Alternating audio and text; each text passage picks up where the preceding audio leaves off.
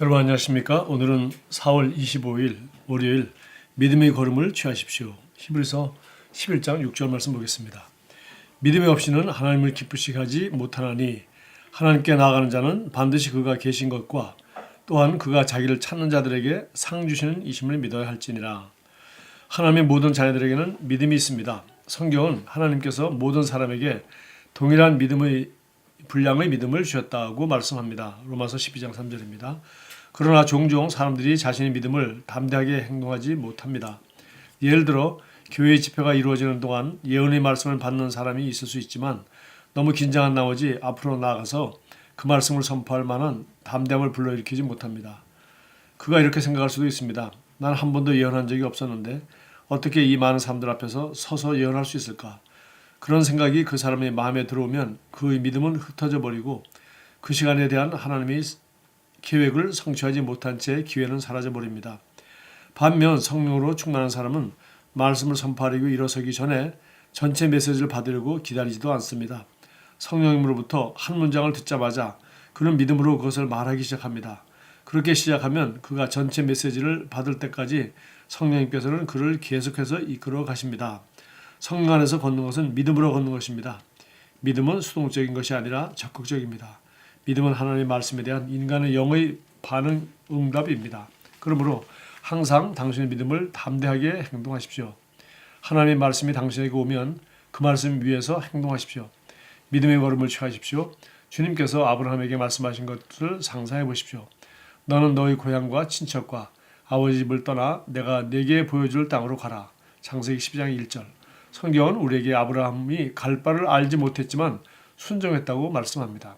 아브라함은 믿음의 걸음을 취했습니다. 노아도 마찬가지였습니다. 그도 하나님으로부터 받은 말씀의 기초에서 믿음의 걸음을 취했습니다. 믿음으로 노아는 아직 보이지 않는 일의 경과심을 받아 경외함으로 방주를 준비하여 그 집을 구원하였으니 오늘 담대하게 말씀에 행동함으로써 믿음의 걸음을 취하십시오. 믿음은 하나님이 말씀하셨을 때 그것을 믿고 말씀대로 내가 행동에 옮기는 것입니다. 그러나 말씀은 받았음에도 불구하고 우리가 이런저런 생각이 들거나 환경을 바라보거나 염려하거나 두려워하거나 혹은 확신이 잘 서지 않는다고 해서 쭈뼛거리게 되면 점점 더 믿음대로 말씀대로 행동하기 어렵습니다. 그래서 오늘 여기 참고성경으로 디모데후서 1장 6, 7절을 언급했는데요.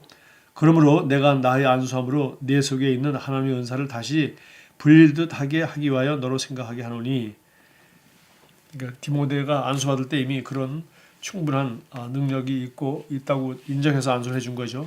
7절 하나님이 우리에게 주신 것은 두려워하는 마음이 아니요 오직 능력과 사랑과 절제하는 마음이니. 우리 개혁성경에 보면 마음이 아니라 원문에 그게 영이라는 단어로 되어 있다는 것도 여기 적혀 있습니다. 그래서 두려워하는 영이 아니라 하나님은 우리에게 능력과 사랑과 절제하는 영을 주셨다. 그래서 바로 디모데가 받은 성령의 충만함은, 디모데가 받은 이런 은사들은 디모데가 이것을 불러일으키기만 한다면, 너의 은사를 다시 불러일으키기만 한다면 그에게서 두려워하는 마음이 아니라 드디어 능력과 사랑과 절제하는 그런 영으로 충만하게 될 것을 권면하고 있습니다. 이와 같이 우리는 믿음으로 살고 믿음으로 구원받고 또 믿음으로 사는데 어느 정도 믿음으로 살아야 되냐면 오늘 히브리서 11장 6절 말씀처럼 하나님을 기쁘시게 하기 위하여 우리가 도전하는 거죠. 믿음이 없이는 하나님을 기쁘시게 하지 못한다.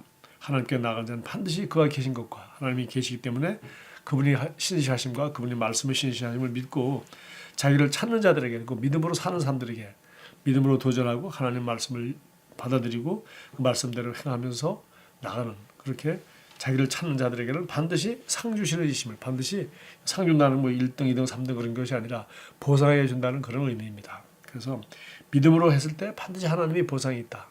믿음으로 했을 때 반드시 하나님이 증거가 따른다 하는 것을 알고 우리가 믿음으로 나갈 때 우리는 정말 믿음의 삶을 잘 살 수가 있습니다. 여기 참고성경으로 사도행전 4장 13절 말씀도 했는데 그가 정말 담대하게 행함을 보고 그 제자들이 요한과 베드로와 요한이 담대하게 행함을 보고 그들이 예수와 함께 있었던 그런 아주 학문도 없는 그런 보통 사람인데 어떻게 저렇게 담대하게 행했을까? 그들이 특별한 지혜보다도 그들의 담대함 때문에 사람들이 놀랐다 하는 장면이 있습니다. 이와 같이 믿음은 담대하게 행할 수 있도록 합니다. 왜 그렇습니까? 하나님이 책임져 주시기 때문에, 또 내가 하나님 말씀을 들었기 때문에, 그리고 하나님 말씀에 믿음으로 반응하면 하나님께서 반드시 보상해 주신다고 약속했었기 때문에 그렇습니다. 자, 오늘 고백하겠습니다. 나는 담대하고 대단히 용감합니다. 나는 말씀에 기초해서 오늘 거인의 걸음을 내딛습니다.